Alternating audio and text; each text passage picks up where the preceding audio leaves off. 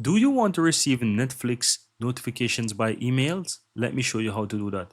Once you're inside Netflix, just simply hover over your account on the upper right hand side and click on Manage Profile. You will be able to quickly scroll down and select the profile of your choice. Once you click on that, scroll down and you will find notification settings. Under the notification settings, guys, you can simply select email. In case it is showing no email active, just simply click on manage emails. You can come here and you can just simply click add email, and you can enter the email of your choice depending on whatever you want and click on save.